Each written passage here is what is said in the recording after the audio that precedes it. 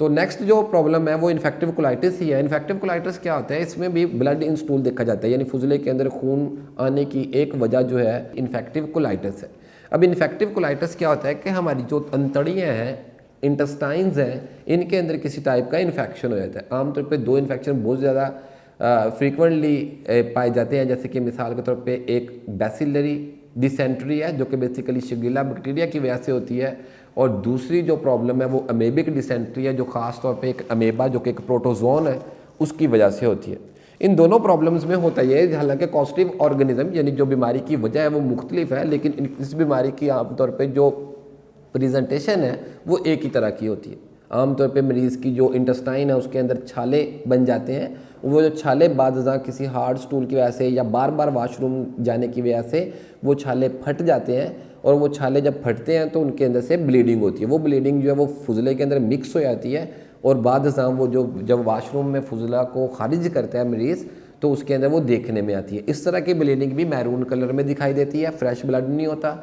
और सेकंड ये कि वो फुजले के अंदर या पखाने के अंदर मिक्स होता है, तो वहाँ से पता चल जाता है कि ये प्रॉब्लम बेसिकली इन्फेक्टिव कोलाइटिस का हो सकता है। इन्फेक्टिव कोलाइटिस में मरीज़ बार बार वाशरूम जाता है, मरोड़ उठते हैं, टेनिस्मस यहाँ भी पाया जाता है। आमतौर पे इसके फुजले के अंदर जो खून है वो मिक्स होता है, वो मैरून कलर का नज़र आता है। बाज़ औक़ात जो है वो लार्ज इंटेस्टाइन का एक हिस्सा जो है उसकी आउट पाउचिंग हो जाती है, एक अलग से समझ लें एक उसकी झाल बन जाती है, एक पैकेट बन जाता है, और उसके अंदर फुजला जो है वो स्टोर हो जाता है। इस स्पेसिफिक प्रॉब्लम को समटाइम जो है वो डाइवर्टिकुलाइटिस भी कहते हैं, जो कि लार्ज इंटेस्टाइन में अगर ये मसला आ जाए और वहाँ पे इन्फेक्शन हो जाता है।